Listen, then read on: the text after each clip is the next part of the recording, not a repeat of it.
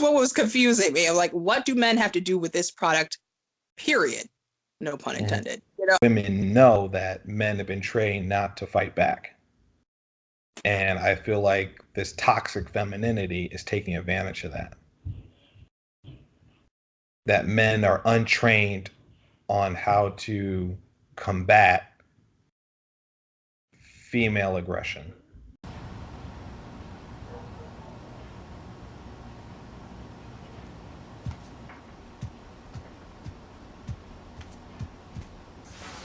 Hey, Dad. Yeah, bud? I think I got my period.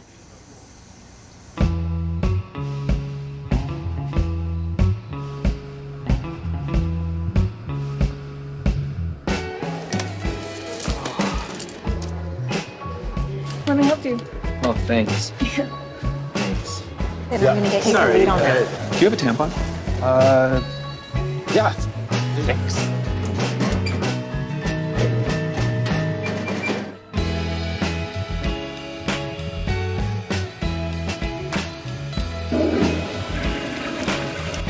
Just part of growing up. Come here.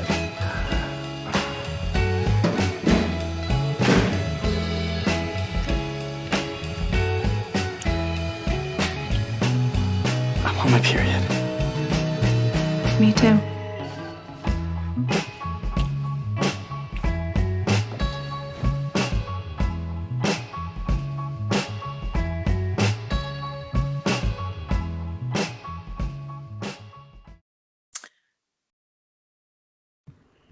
It's almost like it seems like it's a parody. Really? Well, yeah, like Yes. what, like, and the only thing I could think of is if they made a universal underwear, but I went to their product page and that's not what it is. It's not like, oh, it's Right. one underwear for everyone. It's like Right. it's only women's underwear.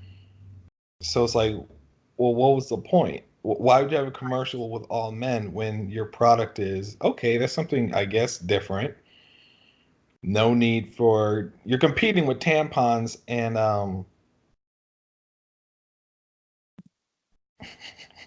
Pads. pads, yeah. So you're competing with them. Okay, that's significant. You know? Mm-hmm. So why not just stick with that, business proposition? Right. And that's like actually when I saw the okay, so here it is. When I saw the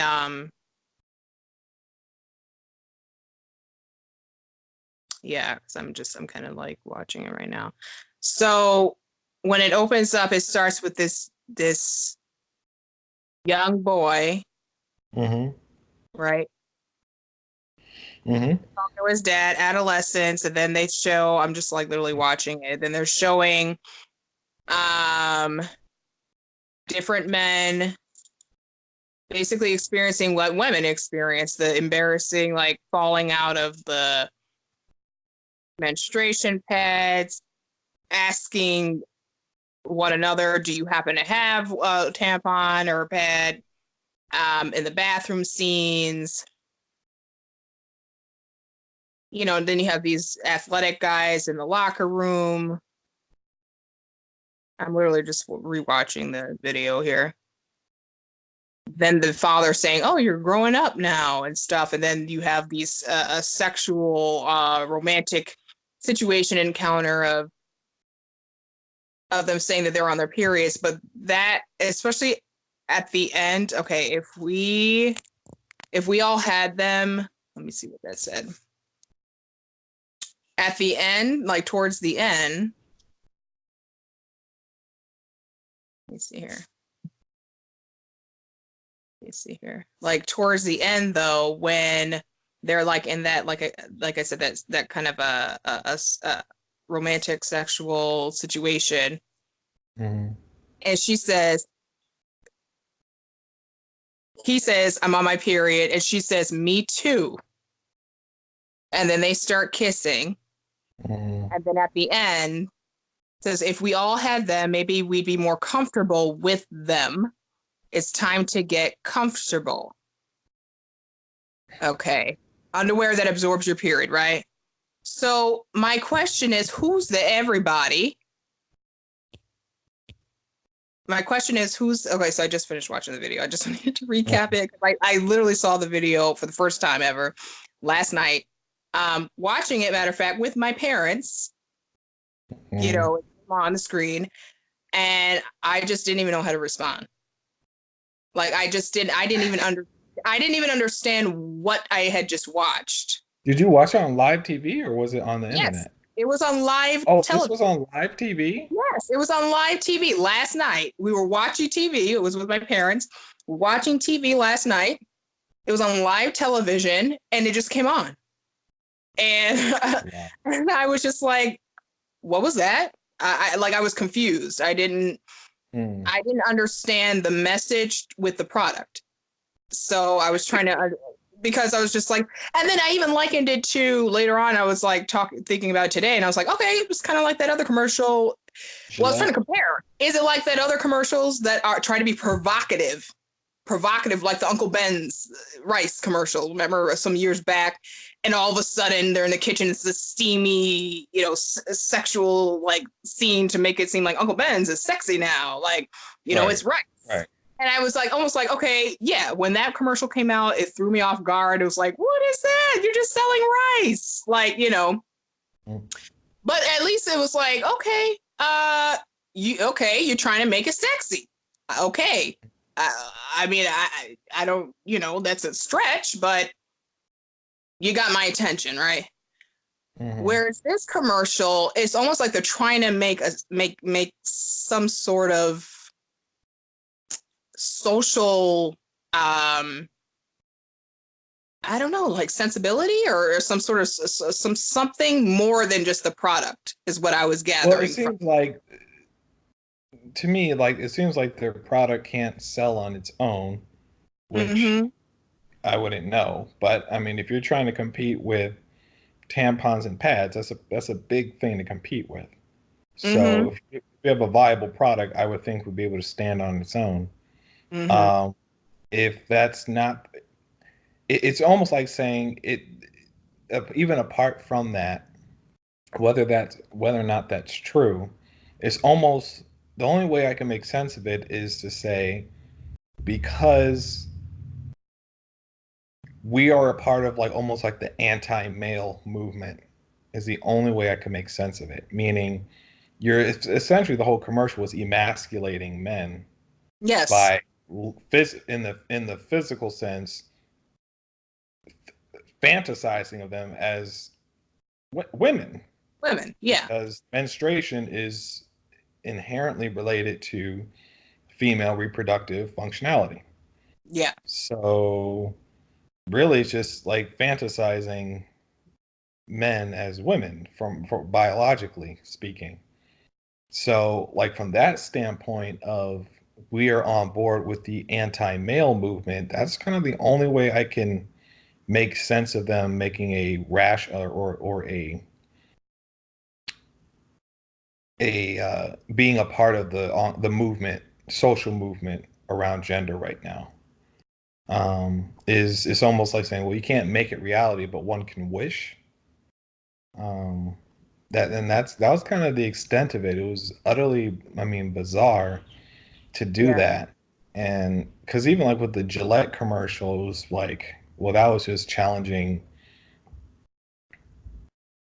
I guess you could call it toxic masculinity. But at least that was still saying be masculine, just don't be in a bad way. And it was a men's product, which I mean, even that didn't make sense, but at least it made more sense than this. But yeah, I think the biggest thing is just the depiction. It's just, we see, starting with the transgender, like with Caitlyn Jenner, like the depiction of men as women, and now this is just like almost from a different angle. Yeah. Not exterior, but even from the interior, giving a visual or as much of a visual as you can for men as women on the biological inside. Yeah. And showing as much as that as you can, given the nature of it. So Mhm.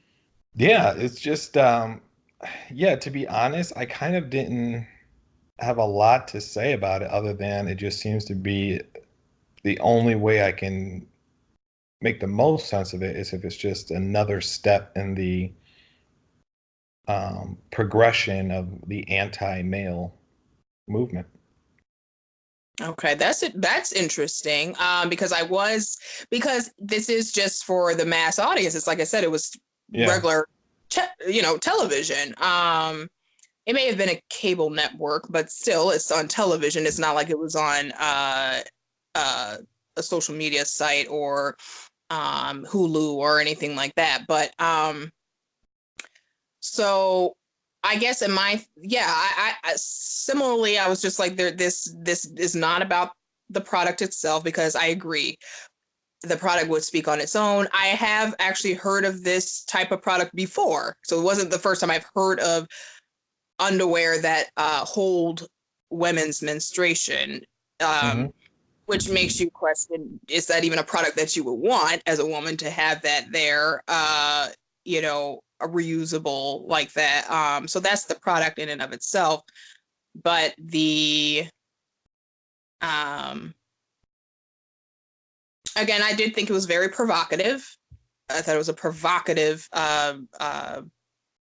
commercial, but I also was thinking like, um, what am I supposed to take away from that product? Like, what am I supposed to, like, how am I supposed to make a decision as to whether I want to use that or not? But then certainly the gender side, I just didn't understand. I agree. I just didn't see what did the men have to do anything at all with the product? That was that was what was confusing me. I'm like, what do men have to do with this product? Period. No pun intended. What do they have to? What do they have to do with this product? Nothing. You know what I'm saying? So it's like, so that's interesting that you said your hypothesis, if that is what their underlying sentiment or as far as going along with this anti-male movement, because the other thought was just, okay, this is like disrespectful to women and to men. Oh, yeah, I was thinking about kind of from the men's side first. That's how, I saw it as a form of disrespect to even portray, like you're saying, portraying men with this. It's disrespectful to women. I felt, but it was also a disrespect to men, because you are demasculating men, which is a form of disrespectful. And then to say that this could be something that men could have, you are also then therefore you're defeminizing women at the same time. So it was just like a mutual disrespect for human men and women. So that was how. And the other thing too, for me, I was like disturbed. The imagery. It was a disturbing imagery to see that, to see the men as biological, like you said, the internal was uniquely to women, the menstruation, to see men experiencing that and portraying that, it's and yeah, almost playing the part of women. It was disturbing. So as far as my takeaway, so although it may have seemed like a benign commercial or something that was just like, oh, it's just about the product. It clearly wasn't. It wasn't just about the product. And I think that was what was that was where the confusing, and then also just the kind of like, what's really going on here? Is this putting humanity a step in a constructive, sustainable, holistic, progressive way, is this constructive or is this destructive? And that's and when I look at commercials and selling and sales and the psychology of consumerism and consumers, like one kind of thinks, along those lines, like it's just like, does this really represent the product, and who is this company and what do they represent? And then what message are you truly selling consumers? So Because it's a philosophy, it's not the underwear, which has this enhanced capability. If it works as they say it does, I'd imagine that is significant to have a third yeah, option, essentially. yeah, Um, but it's almost like saying, as important as that is from a business, from a practical, experiential standpoint, uh, then this it's like the social aspect is just as important, you know. I mean, because the whole point was like, if you wear this underwear, I mean, correct me if I'm wrong, is that it's just like wearing underwear when you're not having a period, or yeah. if you, I think yeah, yeah. that's it was the bottom line. It's like, okay, that would be a different experience for a woman. If that was popular and if it was effective, then that would be a different experience for women, because there Yeah. wouldn't be this thing about how to use these products. You just wear the different underwear, just like how I maybe analogously sometimes men will wear briefs on purpose, not boxers, but briefs, for certain occasions even. Um, so, like you're not going to wear boxers, when you're doing sports. You're going to wear boxer briefs or briefs, that's just the most sensible thing to do. So, as much of a, you know, easy transition, to go from boxers to briefs or boxer briefs, then that would be the difference of experience for girls, So, I guess theoretically they never would, once they get to a certain age, preemptively, I guess, start wearing that underwear, and you would almost never have the opportunity to have, you know, um,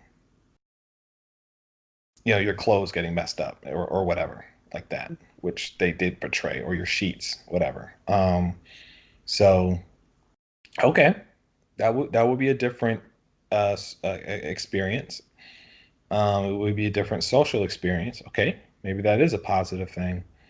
But that's the product, Right. and it seemed like, but as significant as that would be, if the product does what it says it can do, it's almost like saying that's not as much benefit to women as this social change. It's almost like saying the social change or the biological change of men will be of greater impact to women than this this Right. product. Mm-hmm. Um, yeah, Well, okay. Like it's still a priority of what is going to yeah, be more beneficial for women in general, right. uh, I mean, regarding this area of life of experience of the mhm. reproductive menstruation, or maybe even more general than that. Yeah, Mm. yeah. Um, okay. Well, I just, if you didn't have any further thoughts on it, I just kind of, you know, wanted to talk to you about it and just see your thoughts. Just kind of, um, Yeah, it's disturbing more than anything. I guess maybe the one thing that's going through my head to add is just the war on men. Something just personally I've been thinking about is not accepting the fact that we are at war, And I realized that people, they do actually express it in different ways. Some will call it spiritual warfare. Some people will call it the culture war. Some people call it info wars, or information war of where's your news source, which reflects your political and philosophical, bias, and we have the tools to, filter information through the bias that we want. And even products like Google, when you do a Google search, they're going to give you results that reflects what they think is what you want to hear. So so even the main tools that we use for research to educate ourselves are themselves biased by Okay. design. Okay. But so that, that kind of gets into like what it means to have an information war. And even, I mean, an extreme example would be the whole fake news thing that Trump does, where alternative facts, that's not a parody. That's what, a high level official, or member of a politician's regime stated, So, um, yeah, I think there's a war on men. And I think men, I think we haven't come to grips with that. We're unwilling to acknowledge it as a war and treat it as a war, for our very existence as males, as masculine, as men. And the male nature is under attack. And I think we treat it like this is almost like a phase, or or it's a long running phase, or it's just a misunderstanding gone awry, when it's not a misunderstanding gone awry. I think generally, socially in our society, we're experiencing a full out war on male nature. Not even not even corrupt male nature, but just any notion or reality of male nature. And I think men, ironically, are not fighting back. I would agree with that, because I was, at the same time when I saw the commercial, I'm like, hey, like I said, I found it to be disrespectful to men as well as disrespectful to women, by having the men in there and portraying themselves as women. And I just wondered, of course, these are actors that participated, but they were men. Right.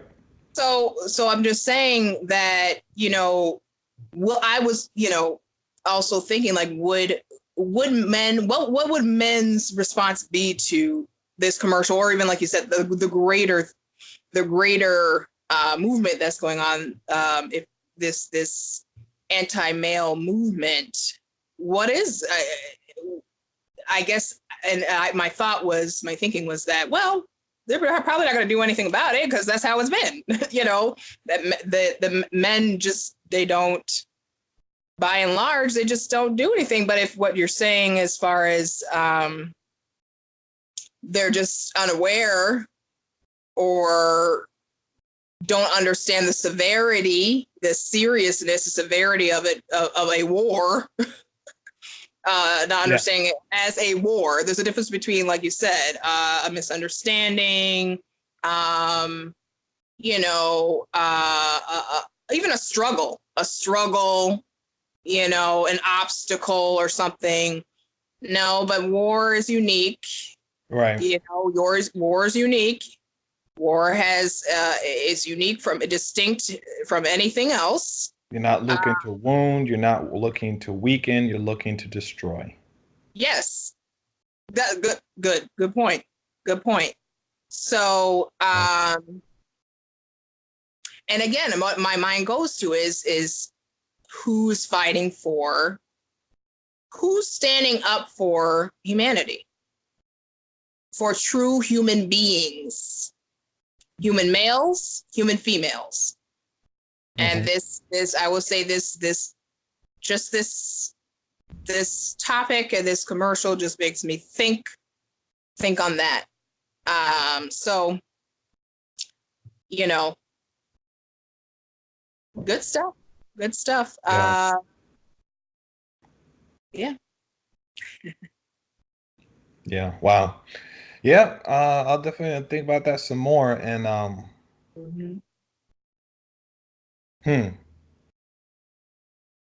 And I think, yeah, just like with any war, you don't stop fighting until you win. Mhm. You know, and I think just one last comment as you were speaking, I was just thinking about like domestic violence, where if a man's physically, you know, hitting on a woman, you know, no, society says no, like zero tolerance, right? Yeah. But like if a woman's hitting on a man, I mean, granted, I don't think that's the same thing. It's wrong, but the severity um, of destruction, strictly speaking, from a physical standpoint, is as much. However, the tendency is that when if a woman in domestic violence is a perpetrator, the man is trained to not fight back, so it can be worse in that it's uncontested in terms of the damage. Just like if you let anyone strike you long enough with anything, right, you're gonna you're gonna incur damage, right? Yeah. So I think part of it is, as men, it's like, well, if there's a female, and then why I say when there's a female-led war against male nature, um, it's not that every single woman is a participant in that, but just saying those who are leading it are female, and it's in the supposed name of female. When you see that, it's almost like being in a domestic violence, where the man doesn't know how to combat what he's experiencing, you know? So Mhm. it's almost like in that situation, it's like, well, you just kind of hope she'll stop. You'll hope she'll come to her senses, Mhm. but it doesn't come. And Mhm. so then you say, so then how do you combat that? And I feel like it's that same paralysis, if you will, because that's where I think the manipulation piece comes into play, where women know that men have been trained not to fight back. And I feel like this toxic femininity is taking advantage of that. That men are untrained on how to combat female aggression. Mm. That's that's a different to see the parallelism with domestic violence. Yeah, that's a different perspective. Yeah, that's worth, I think that is definitely worth exploring. And maybe that's the reason why it seems like the helplessness of not being able to really um I guess end the war. Right. uh, Because in a war, what ends a war is two ways. Either there's a mutual agreement to peace, or mhm. somebody wins. Um, and I don't think there's going to be, well, how should I put it? I think men need to win this war. I think the way we win this war is when we create a new human nature that accepts the terms of peace.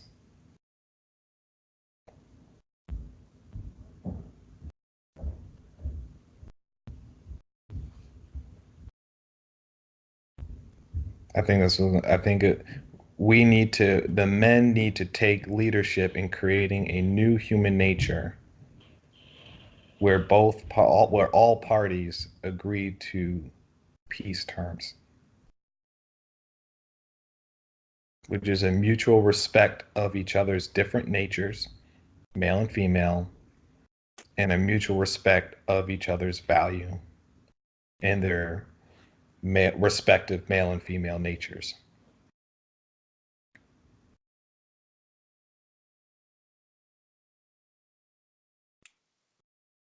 That's a proposal. Mhm. That's a proposal for the table.